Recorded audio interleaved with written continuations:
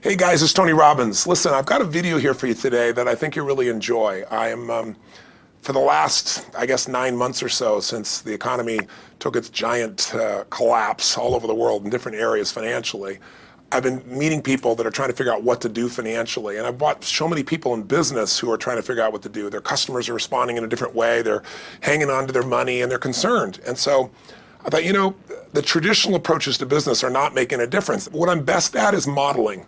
I've always, when I wanted to figure something out, I go to people that are the best in that area and figure out what they're doing and teach myself how to do that and then teach others to do the same once I've proven it's worked with myself. I said, I want to find the best of the best, and I've been really fortunate over the last, as I say, probably 7, 8, 9 months to have spent some time interviewing and getting to know and becoming good friends with many of the top people in the internet marketing. I mean, people that they're not the likely people you normally look at. I look at them as the new money masters. They're guys that, they didn't have the traditional education and ladies that didn't, but they found a way to add value. So whether you're looking for an opportunity to figure out how to have a second income stream, or you have some form of business you're considering being in or you're in and you want to learn some tools, I thought I'm going to create some great products for this, but I thought I'd just send you out first a neat little interview that I did with them. These guys called me up and said, can we come by? I'd love to chat with you. And I said, well, we're going to chat. Let's put it on film. So we just knocked around, and what they wanted to ask me was, look, we spent enough time with you. We know you know how to get people to take action. I said, well, come on over and let me kind of get inside your heads a little bit. Let me see why you follow through. Why do so many people say they're going to do something and then never follow through? And a few people do something inside their head and heart that gets them to follow through. So I just thought you might enjoy this conversation we've had. It's with Frank Kern and John Reese, two of the best in this industry. And I think you'll find it interesting. Maybe you'll be triggered a little bit to think about what will get you to follow through too. So this is my little gift to you. I hope you enjoy. We got the dialing. Thanks. Tony, what's up? Good thing, man. How about you? I'm good. Listen, we've got a serious issue that I think is affecting our market, and we need your help. We actually don't know if we can solve this problem, but we think that you can. So we want to barge in today. We're kind of riding around anyway. I know you're shooting and stuff, but if you got a couple minutes so we can pop by, that sure would be helpful. Okay, well, I'm honored. If you help me. Come on over. I look forward to seeing you. Okay. See you, man. All right, man. Bye. Look forward to seeing you, John. Bye-bye. Yep. Bye. See ya. So why are we in a hotel anyways? They use this place a lot to shoot stuff because it's got a really nice background. Oh, so really nice outdoor filming stuff. different guests and interviews and TV commercials? Hey, man. How's it going? Come on in. All right. Thank you. Hey, Tony. guy. What's up? How you doing, man? What's all this? Doing a little leadership filming, man. That's awesome. Good to see you. All right. Thanks for having us, man. How you doing? Well, come on in. I'm curious to what this major problem is that you're going to see me right away about. This sounds like a setup to me, man. It's a setup, yeah. I told John it was an intervention about his glue sniffing problem. Well, come over and sit on my lap. Yeah, right? exactly. So we were doing some talking, and the big problem in our industry we think is a bit of a mystery. No one has the exact answer. We were actually talking about trying to figure it out, that so many people in our market get these courses that him and I both, for our own respective businesses, spend hours and hours of time recording these building these education products, these training products to show people how to grow a business or build a business. But there's this large segment of our customers in our market that we're in that really don't get results. They don't do anything, or they're just, for whatever reason, it's not for them. It's just, we were just talking about how great it would be if there were just, so many more success stories, right? Like if everyone who actually bought stuff, not necessarily just our stuff, but all of the stuff within our community, if the people who bought it, if everyone who bought it just actually used it, and just followed the directions and followed through, how amazing that would be, like what we would accomplish as a community as a whole if that happened. So our challenge is, what needs to happen, what kind of shifts need to happen to get people to follow through, to get people to actually use the products? You're talking about the same mystery that people have of, why does somebody, get that fat, or they're out of control and they hate themselves, but then they go have another piece of chocolate? Or, why does the person the doctor just told them they have cancer, lung cancer, and said you've got to stop smoking, and some studies show 70% of the people keep on smoking. So you're not talking about a minor issue here, right? It's part of life. But there is an answer because there are people that do follow through, and there are people that never did before, and then they've never followed through in their life, and now finally they break through. And that's what I try to focus on, is what those people do. Yeah. You know, in my case, in the business world, I look at people like you, people like Dan Kennedy. Yeah. What do these guys do? Okay, I'm just going to do that to the best of my ability. And sure, you know, it's like, well, oh no, I can't write copy as well as Dan Kennedy, or I don't have as much energy and drive as Tony Robbins. Well, but you didn't start. So like, what? You didn't start out I've got as much Frank as I Kern. got. You didn't start out who Yeah. you are. You started out trying to make how much? Come on. $300. Yeah. A week. A week. $300 right? a week, yeah. And you failed at that in the beginning, didn't you? I failed pretty miserably, yes. But it was effortless to fail. I mean, it's just like natural, yeah. But truthfully, you went from $300 to, I remember you said your first time you believed, if I remember, was when you made like $2,500 in like It 4 or was 5 5 days when I was on vacation. while you're on vacation. That was when the true internet marketing dream was realized, you know, Right. because I sold a downloadable product and I wasn't even there. I didn't have to ship anything. I was like, oh my God, this was so great, you know, $2,500. And to me, that was just a gazillion, you know, because my rent, I think, was like $400 or something. And when you've told me that story before, and you just did it again, and you get you big grin on your face. Right. You get more excitement on your face than when you talk about doing 18. Than when you talked about doing the 18 million, which I know you're proud as hell of, and you didn't get all the money, but you made 18 million bucks for somebody in 24 hours, right? Yeah. But look at your face. It's like nowhere near as excited as $2,500 in 5 days, the same baby. thing, though. I mean, the $2,500 is just as, there's no difference. No, there's I don't even more, because there was a moment when you recognized what was possible, but you didn't recognize it until you actually experienced it, but you only experienced it because you had to. Right. You had to keep going until you found it, just Yeah. like you did. You Yeah, had to absolutely. keep going until you found And it, it's right? like the validation that the fear doesn't have to matter anymore. That you don't. There is no other. That, you know, not having the plan B and knowing that you're going down the one path towards what you want. Yeah. It's the validation in your brain that, hey, this works. It may not work yet on the level I want it to, but it works. I've Right. just proven it to myself. Right. And for that, I win. It's game Right. over. I've already won. Yeah. Because I've proven it to myself. Right. So it validates everything in my mind that I want to do now, just at a higher level, Right. and doing more of it. That's it. Right. You just now leverage it. You now just stack it. So what do these people need to get started? Why aren't they starting? We all know the answer is fear. But the difference with you guys or me or anybody who's followed through is we're more afraid of what life would be like if we don't follow through than the person who's willing to settle for what they got and kind of hope it'll change and maybe purchase something for the moment and then not follow through on it. It's almost like people, overachievers, have a little more fear. They're a little more afraid of missing out. They're afraid of not being there, or they got a strong enough reason to follow through. So I'd say if you're looking at home, you want to give somebody some value, go, where do I start? I'm sick of this. That's a damn good place. That's probably why they bought the product in the first place, but now to they're escape not. from that for just a minute. What's that? They bought the product to escape from that state. Just for a moment. minute, yeah. So, because well, guess what? What makes people excited is progress.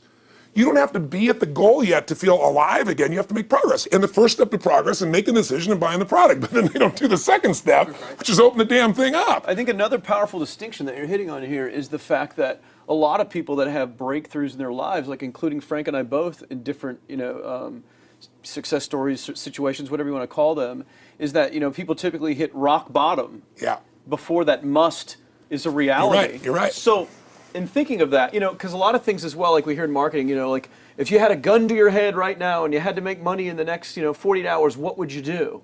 And that really resonates with people. But so I just wanted to bring this into the conversation because I think a big part of the market of all these people aren't people that have their backs completely against the wall yet. That's right. Okay, so they're not in a must situation yet. They're in a desire situation where they're okay in their lives. They do have big dreams and ambitions. They do want greater things, but it's not pushing them yet to the point where they will do what it takes To master have the something. must. So what do you think? How do people go from not having their backs against the wall when they have no choice to say, I'm totally sick of this, Right. to conditioning their minds to go from their situation where they are, which may be okay, to getting something greater? Well, think about this. What pisses you off and what excites you is all relative. $300 a week, no, $2,500 excites him more, that memory to this day, than even the $1 million, he did in his first 24-hour version, right? Or you breaking the 4 minute mile, $1 million, that must have been out of your mind. Tell me about that for a second. What did that feel like? You make $1 million in 24 hours, nobody in history of the internet's done it. Euphoria. Yeah. It was unbelievable. What was your... It wasn't even about the money. That's exactly right. That's exactly right. It wasn't really about the money. No, it wasn't. I wasn't thinking like, oh, that's how many cars I can buy. No. It just wasn't. It was just breaking through like another barrier of progress. So at that point, it wasn't about your back to your wall. at that point, what it was really It was about. a further point for my fear, is what it really was. Further point for your fear, and for some people, and I think in some cases, it's also a recognition of who I am and what I'm capable of. So for somebody whose life is already great, this is about, what if I could take on another skill that could create more freedom for my life? And just saying, I'm not having to go out and try and do it all perfectly right now. What I'm going to do for the next 8 weeks, I'm going to create a little ritual. I'm going to do one thing a day to condition my mind, right, so that I get strong, so I follow through. I'm going to read something. I'm going to listen to something. I'm going to immerse myself. I'm going to go for an intense jog, or I'm going to go lift weights, but I'm going to do it consciously to get in a state where I'm going to follow through. That's number one, because people follow through when they're in state. Second, I'm going to get clear about why this is a must for me. It's not because my back's against the wall, but because I want to master an area of life that could create some freedom. I'm not going to master it overnight, but I got the system, I got the plan. I'm going to do one thing a day. I'm going to work on one subject a week. This week's going to be about figuring out what the right product or industry is. Next week's going to be basics of building traffic.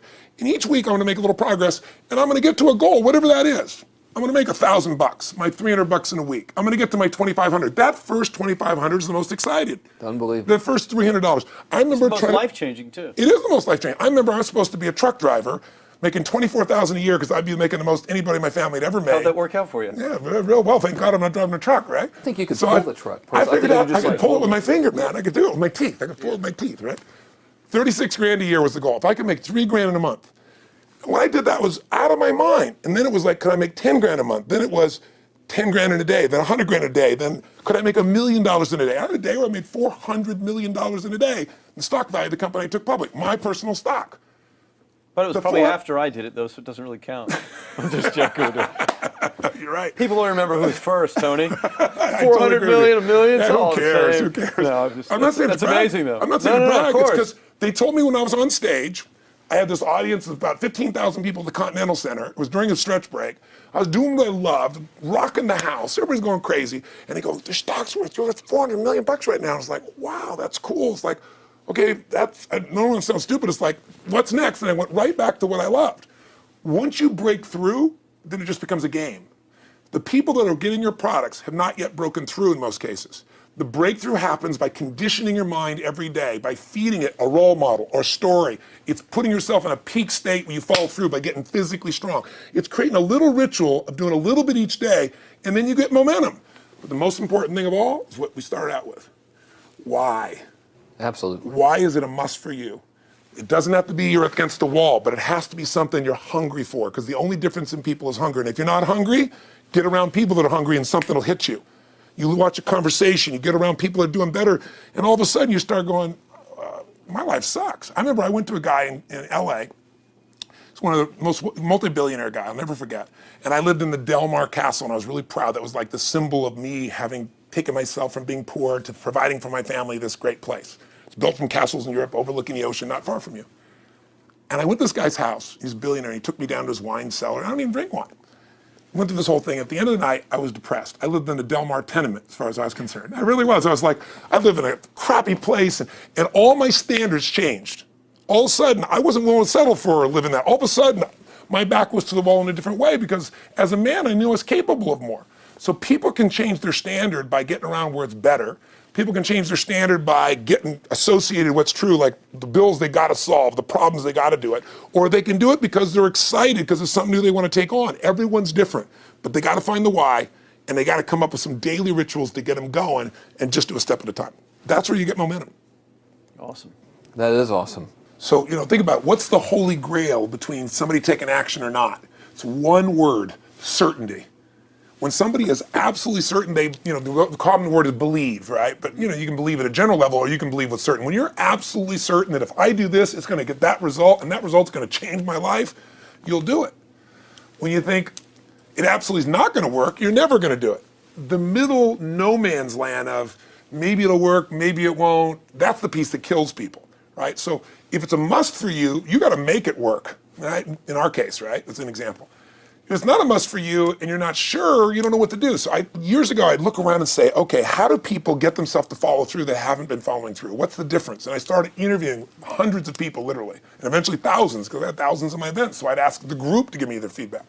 And I came up with this model. It's like the holy grail of belief, or the holy grail of momentum. It's like the difference between what makes the rich get richer and the poor get poor. right? And the difference we all know is mindset, but like, how's that built? So this is what I did. I created stupid little 4 little boxes, and I'll scribble it here for you. You think about the first thing that determines whether you can do something or not, and I put that in this first box at the top here on the left side, and it's potential. Like, what's the potential of a human being? Like, when you guys started, you proved something no one had done in history. You ran the 4-minute mile, right? For golly knows how many centuries, they're trying to run a 4-minute mile. Roger Bannister does it. How did he do it? Do you remember? You did it in this industry, right? You made $1 million in a day. No one had ever done that in history, right? After you did it, a bunch of other guys are doing it because it became possible. Roger Bannister didn't just go physically practice. He made a shift in his head. He practiced in his head because he could never achieve it physically, so he had to change in his head first so that the result became certain enough he believed it, and then his body got him through. After Roger Bannister ran that 4-minute mile, within 2 years, 37 people ran a 4-minute mile. Wow. When no one in history had ever done it. Now here's how it works. The potential for anybody getting your product is extraordinary. They could do what you've done as much, more or less. They can do whatever they want to do. The potential's there. The market's proven that. Whether or not they tap into potential has a lot to do with what action they take, which is the question you came to me with, right? Like, you know, God, they all have potential, but they're not taking action. And we all know that the action they take is going to determine the results they get. That's pretty obvious. So most people have a belief about what their real potential is no matter what you tell them. And that affects how much action they take. And of course that affects the result. And then ironically, that result reinforces their belief. And then that belief affects it. So I'll give you an example. Let's say a person has unlimited potential, we all agree. But they take little action, little results. Why? Because they have to start with a problem with their belief. They don't believe it's really going to happen for me. Maybe for Frank Kern's because he's got the cool hair and stuff, or maybe it's for you because you're so driven, but it's not me. Maybe Tony Robbins because he's a freak, got these big teeth. Whatever their thought process is, right? They got this thing, right? But what happens is, if you believe that there's very little potential, how much action are you going to take? Nothing, little. And when you take little potential with a little action, what kind of results do you get? Lousy little results. And when you get little results, what does that do to your belief? You go, see, I told you this was a waste of time, told you this wouldn't work. And then what happens? You tap even less potential. You take even less action. You get even worse results, and your belief gets even weaker. And this sucker feeds on itself until you are in a downward spiral. It's poisonous. It's poisonous and it's self-fulfilling. Now, what if something could happen that could come along and fill you with a sense of absolute certainty? Not like I believe, but where you know. In you guys' case, mine as well, we knew because we had to. Because we burned the boats. There was no other option. We had to find a way. We weren't going to live that way. We all did it in different ways and for different reasons, but in essence, that was it. If you get yourself in a state of certainty that this is going to work, I'm going to find the way, and if this doesn't work, I will make the way, then you tap a lot more potential. And when you're certain in your potential, you take massive action. And when you take massive action, you really believe in something, you get great results. When you get great results, your brain goes, see, I told you I was a stud. I told you this thing would work out. Now you're even stronger. You tap more potential, take greater action, greater results. That's how you went from $300 in a week to $2,500 in 5 days to $100,000 in a month to $1 million in a day. Same thing with you. And we get momentum. That's why the rich get richer and the poor get poorer. Now some people go out and they go, well, I'm going to take a bunch of action. All right, I'm going to open this product. I'm going to try it. And they'll say to you, I even did it. But it's like a salesman who goes and knocks on the door, and he knocks on 100 doors and says, You don't want one of these, do you? yeah, exactly right. You know? And even if he doesn't say it verbally, his face says it because he doesn't believe it's going to work. So his voice, his body, the execution is so weak. Maybe if he talks to 100 people, somebody's going to buy out of pity. They don't want his kids to starve, right? But he's not going to get the result. So the core difference in people is how do you produce certainty when the world isn't giving it to you? You go out and you try. In your case, you're 100,000 in debt and nothing's working. How do you keep yourself going? The way you did it, the way I did it, the way you're doing it, we may not have done it consciously, is we didn't change our potential, that was there. And it wasn't even taking more action. Taking more action with a belief it's not going to work, it's not going to change anything. We got results in our head that made us feel certain as if it had already happened. True or false for you? True. Right? So give me an example so people know I'm not just making this crap up. Well, I mean, just like when I had nothing, I already knew I was driving like Ferraris and Porsches and stuff because I always wanted those cars. I already knew I was going to have them. It was inevitable. Right. I inevitably, that was just my inevitable outcome. But how did you do that? Did you have a ritual? Did you think about it regularly? Was it one time you thought about it, or was it something you had an obsession towards? I had an obsession towards it. I mean, I used to work at a video store, which was the last job I ever had in my life. Thank God. And I used to go to work almost every day. and I used to bring 2 magazines with me to read on my breaks. Entrepreneur magazine, just to read about business and everything else, to read about what other people are doing, look for role models.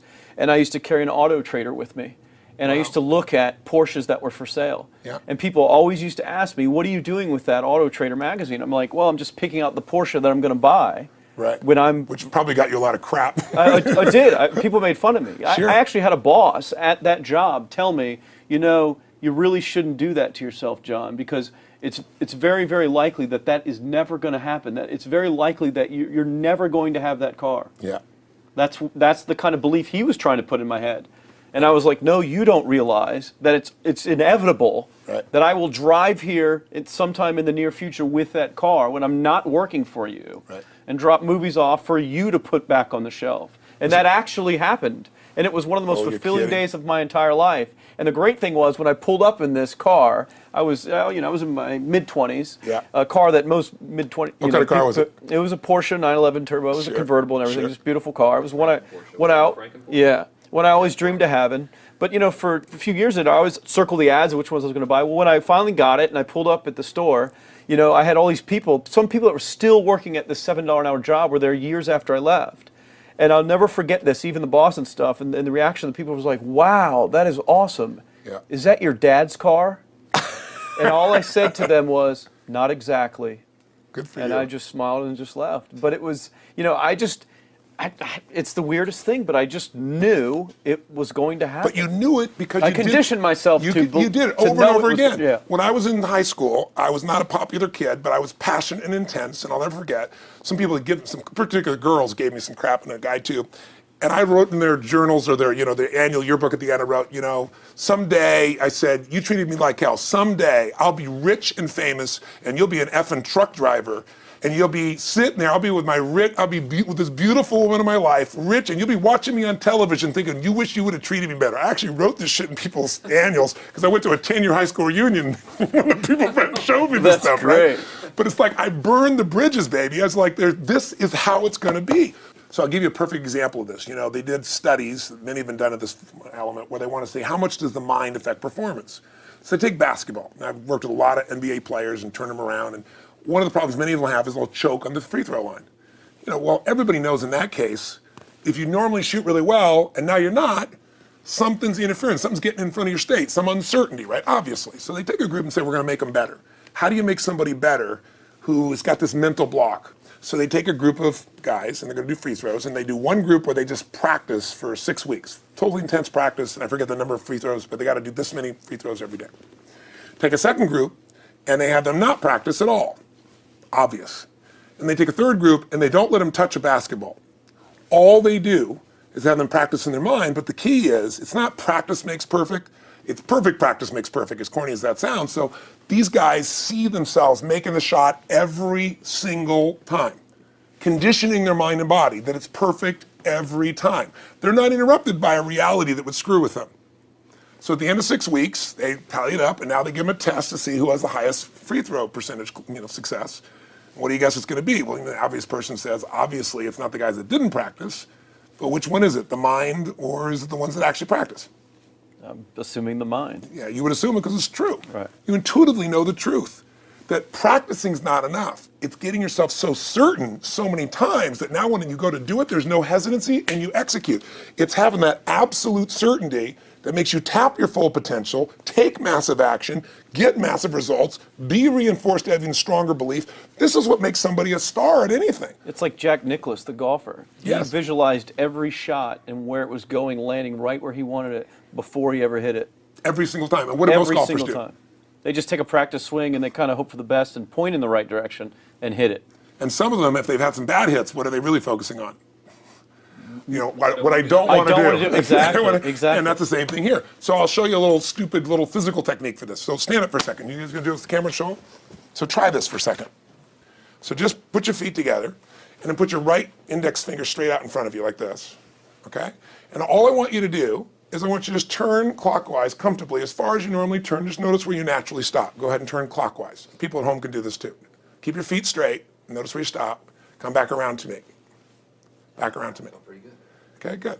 Yeah, you're really good at this, right? Drop your hand. Now let's do something really simple. Close your eyes And you don't even have to visualize, just feel. I want you to imagine your finger coming back up again. And this time, see and feel it coming up. Don't actually make it happen, but feel like it's happening. Imagine in your mind that you're actually doing it. You're seeing it, you're feeling it. And then make it like a game where you turn twice as far this time. Like you're a little kid, you know, somebody measures you and you go, I'm taller, come on, measure me this week. And that desire to do a little further. And then in your mind, do it again. Your feet are straight together, and in your mind, feel your finger coming up, see it coming up, and imagine going 3 times as far this time. And then one more time, bring your finger up, and you're like an owl. Your feet are straight, and you turn all the way around, and it comes all the way around to the front. See it and feel it and enjoy it each time, like it's a game, like you can't wait to go further. And you know you do, every time. And then when you can feel that, and it feels good, then open your eyes, and now put your finger straight in front of you, and turn as far as you can comfortably, and see what happens this time. Go. Break my back. Now notice, I don't know if the camera's got it, but you don't even have to ask the camera. You can ask yourselves. Come back around. Did you go further this time, yes or no? A lot further. A lot further. 50% further. 50% further. How much further for you? About the same. Yeah. The average person will go 25% further. Now here's the question. Or superior. Or superior pointer. There you go. Superior right finger pointer. Thank God. So, did you have the potential to turn as far as you did the second time, the first time? Yes. Why didn't you? I didn't believe it, I guess. We have beliefs about stuff we don't even know we have beliefs. You have an unconscious belief about how far you can turn comfortably. The first time I did it, when I pointed straight back, Yeah. I thought I probably shouldn't even go that far, like it was going to hurt me or that I wasn't capable of going any farther. It's like, and how much further did you go this time? And the camera knows pointed over there, That's about exactly over there. right. Now here's the difference. The potential was there the first time, and you took action, and you got a result. But it was 50% less than what you did later on, and the only difference is they changed your belief. How did I change your belief? We didn't work harder on your potential. We didn't take more action. I got you to see the result in advance. I got you to see it vividly 2 or 3 times, that's all, of going further, and then your brain went, oh, I know what to do. Boom, it went there. Isn't that what you did by looking at your cars every single day and envisioning it? I mean, isn't that what you did when you created whatever the vision was? It was $300, $2,500, $1 million in a day? Yeah, that's what's missing for these people. They're not getting that execution is everything, but it doesn't happen if you don't get the psychology set of a state of total certainty. And you just change that 50% in 3 minutes worth of visualization. And visualization is only one technique. Because I was like losing my balance with my eyes closed, but I was kind of like lopsided, so I got one good visualization in. The rest of the time I was like, I sure hope I don't fall down on camera with my eyes closed. It's gonna look really dumb. I don't have to do it. So you don't even have to be good at visualization. You can still get the improvement. So I want you to get, you ask the question, what is that difference in people? This changes people's certainty. People are uncertain they're going to succeed. They want it, but they're afraid. The best way to deal with a fear is get a big enough reason that makes you have to succeed, or condition yourself where you see it and feel it so often that you're certain that you just do it. That's all it really takes. That's awesome. You know, this worked. I was thinking this while you were talking about going to the Sit down so we can hear this, and we'll go. You were talking about working at the video store and looking at the Porsches and stuff. I used to drive around in my car, doing the cold calling with the credit card machines. And one way that I would avoid cold calling, the pain of like cold calling and knocking on doors and everything, would be to listen to your stuff and listen to Jim Rohn's stuff. And I would just drive around, no particular destination, just to listen to it. And strangely, I still like to drive around. I prefer to listen to that stuff in the car for some reason. It's because it's where you got imprinted. I guess. I mean, it's like, well, I'll just drive up and down the coast and check out the ocean. Yeah. So I would drive around, and I would envision myself holding those types of seminars and teaching people that kind of stuff. And 3 weeks ago, I was teaching a seminar in San Diego, and I was talking about beliefs and envisioning things, and I had to stop. And I shared with the audience, I was like, you're not going to believe this, but I actually used to envision this very moment of me talking to you right now. So it really, really works. Definitely works. Makes a difference, I'd say. I'll tell you what, I worked with Andre Agassi in 1993, I think it was. He'd been #1, he dropped to 32nd in the world. And he was literally ready to quit with no exaggeration. His father was managing him, and he was so angry with his life. And he went through some, I think, wrist surgery at the time, and he's working on his swing. And he was dating Brooke Shields at that point. They weren't married, not his current marriage, obviously. And so she said, you got to come see Tony. She goes, I don't need motivation. He goes, he's not motivation, man. He's strategy. He'll show you how to make that shift in your head. So he comes. I work with a guy. In the beginning, he's saying, do your magic stuff. Like, oh, yeah, great, thank you. And I said, tell me, if you ever hit a tennis ball perfectly, and I'm trying to get him in the zone to remember that time, like you visioned, where he was perfect at it. He goes, of course I have, and I get him vision over and over again. And finally, he's in the zone. He's feeling that again, right? He's seeing it, and he's feeling certain, and the swing is going perfect. And I said, how's that feel? He goes, it feels perfect. I said, but are you thinking about the swing? You're not thinking about the swing. You're not thinking about how to do it. You're just seeing the result you want so vividly that it's there. So all I did was train him how to go in that state over and over again. He won the next weekend.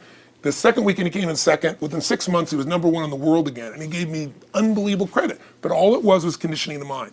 You did it with tape, so did I. We were just talking about this earlier, Pam and I. I used to go when I was 17 years old down in downtown Los Angeles, this place called Night Education, Knight, like at the night.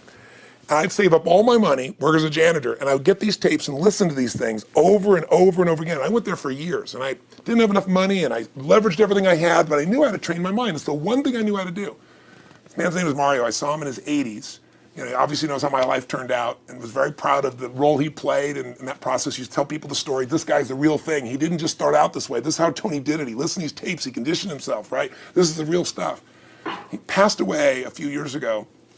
I'm calling his house, and he passed away, and his daughter was there, and she wanted to share with me that how I touched his life and so forth. But the best thing was, I thought, you know what? I want to get those tapes. I want to get that stuff that conditioned. You know, I want to go back to that moment like you did of, you know, that moment was visualizing, now I'm living it. And she said, he left all this in his will to you.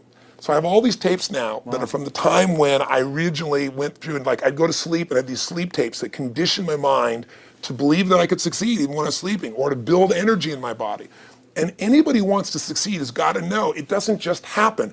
You can buy a product, but you also, with that product, have got to condition yourself. You got to make it a must, and you got to get a ritual. And if you do it, whatever you used to dream about you thought was so huge, you'll just live it. You'll live it like you lived this yesterday, like we're all living the life that we envision. Because we had to, and because we played this game with our head. We got the belief to be real by seeing it enough times and feeling it enough times till our brain believed it, and then it made it happen. Which raised the potential, which made us take more action, which got us better results, which raised our beliefs again. That's right. And then that's why the rich get richer and the poor get poorer. So instead of bitching about it, change it.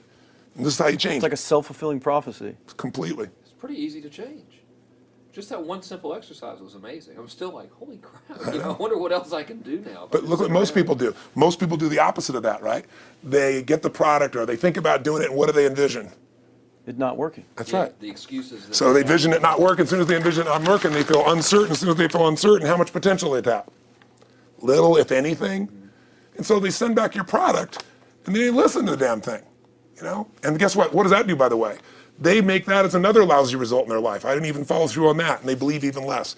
This process is the holy grail. It's where the whole game changes, and anybody can do it, and they can do it in a few minutes. And if they do it a few minutes each day, then they get a different life. They do it a few minutes one time, their life changes for the day. We're defined by our rituals. Everybody's got rituals, certain things they do every day. And what we three have in common, and anybody that I know of who has a life that they're living that was once a vision, is we saw it again and again and again, even when it didn't work, even when you lost 100 grand, even when I'm working as a janitor, there's something we would not give up on. And if somebody watching wants to change their life, they got to decide what they won't give up on, and then put themselves in the state of momentum by a couple little rituals. That's all it takes. And I think especially when it comes to anything related to making money, like making money products or promises or courses, people are so inundated with scams and all this garbage, true garbage, that, you know, their natural thinking is that they're so skeptical. It's like they fall into the conditioning of, well, if anything's ever going to work, that thing has to prove it to me before I believe anything. So when they go to approach the thing to make more money with, they're like, well, I'm starting at zero, and this thing has to prove to me that it has any potential at all before I believe that it will. Don't you agree with that's the case? Unfortunately, it's the case, but here's the truth. When somebody says to me, in my business, even more, because a lot of people think I'm a motivator. I hate that term. That's never been what I've done. I do believe in energy, and I'm passionate. You know, they see 10,000 people in a room rocking, they go, oh, he's motivating them. I believe in peak state. You get a top athlete, you get in a concert, and you get in state, right? The problem is, to defend themselves so they won't be disappointed again, they lower their expectations. So someone will say to me, well, I'm skeptical or I'm pessimistic. And my response to them is, no, man, you're gutless. It takes no guts to be skeptical. You don't have to have any capacity to be a critic. And now with the web, you don't even have to own that you're the one being the critic. You can burn somebody and, you know, anonymously, right? I said, you know what? It takes guts to believe. And if you think something's going to do it for you without you putting your guts on the line, you might as well forget it right now. So this idea that I'm skeptical or they got to prove it to me, it's the biggest lie. What that really is your fear talking. You're so scared of failing, you don't even want to get your hopes up. And if you don't get your hopes up, you might say, well, what if they get their hopes up and somebody gets disappointed? How many disappointments have we experienced in our business careers and in our lives? The difference is some people take disappointment and let it destroy them. Other people take disappointment and let it drive them. And you get to choose. Are you going to turn this thing into why it didn't work and a bunch of stories and excuses, or are you going to take this thing that didn't work and figure out what are you going to do to make it work? And it may not happen the first time, the second time, the third time, but the people that are relentless find the way. And it's the common denominator in all these guys that are kind of our friends or family, money masters, the new money masters is they all did it with will. Nobody here inherited this stuff. Everybody figured it out. And keep figuring it out. And it's going to keep changing. And you say, you know what, 1% of 99% of the money being made is being made by 1% of the people, because only 1% of the people will condition their mind and condition their body and follow through some daily rituals. The rest will tell a story about why it didn't work, how it wasn't their fault. And you got two things in life. You got results or you got a story, And too many people think that that 1% is somehow entitled to it, and they're not. Which is, it's just all in the head. It's all in the their head. belief. It's all in the head. Which can be changed with some conditioning, basic conditioning. You just proved it. Yeah, to us. That's fun. That's why I made Get the Edge and Personal Powers, because I understood that from the very beginning. Originally it was 30 days, and years later people would say, I've heard all the great results and everything else, man, but I don't have 30 days, and I'd be behind the glass, focus group, watching these people and want to shake them, like, you don't have 30 days to change your life, I thought, okay, I'll make it 7 days, just one, because after 7 days you get momentum. I mean, think about it. When do people's lives change? In a moment. It doesn't change in 10 years. Your life may suck for 10 years, but there's one moment when your whole life changes, the moment you decided. When you said, no more, and I'm doing it, and you kicked yourself in the ass, and you made yourself go do something, right? When you finally said, enough, no more, I quit, or let's begin, or I love you, there's a moment when somebody's life changes. And that can be gotten in a couple of days. So people watching don't have to wait until they've mastered everything. They got to get started and do what's next, and just put themselves in a state where they start making some progress. Well, there it is. I think that's the answer that can help solve that problem with a lot of people. They'll just pay attention to it and do it. The bottom line is, all three of us and some of the people that we consider as family that are part of this process, we've all done well, and we don't need to do this stuff. We're able to do the stuff because underneath it all, people can see in your eyes, Frank, when you talk about $2,500 you made that day and the joy, right? Or you talking about not willing to settle, and just, I don't care what they say. They tell me I'm going to sit here and I should lower my expectations. I'm going to be driving my car in here and they're going to be delivering a video to me. There's something inside of every human being that will make it click, that'll make it so that today is not like yesterday and tomorrow will be different forever. And that process is an emotional hook. And what I hope is people watching this stuff, maybe something in here will piss them off enough or remind them of something or say there is a plan and it isn't just luck. And if I just get my big enough why, and I get a little system for conditioning myself, and if I start to feel overwhelmed, I just do one next step. And I keep learning and keep moving forward, I will get there. And if we accomplish that out of this conversation, then this conversation was kick-ass and fun, not just for us, but it'll be something that we'll be really proud of a long time. Whether that happens or not really has nothing to do with us, but whether or not people take it in as real and do something with it. I hope they will. I think a lot of people will. I think they will. Thanks a lot. I think it was awesome. Thank you. That's been a And blast. Appreciate it. your shoot here. Yeah, go back to the next one. Yeah. Back to the next Thanks, guys. Thanks. Yeah. Thank you. Appreciate it. Really appreciate it.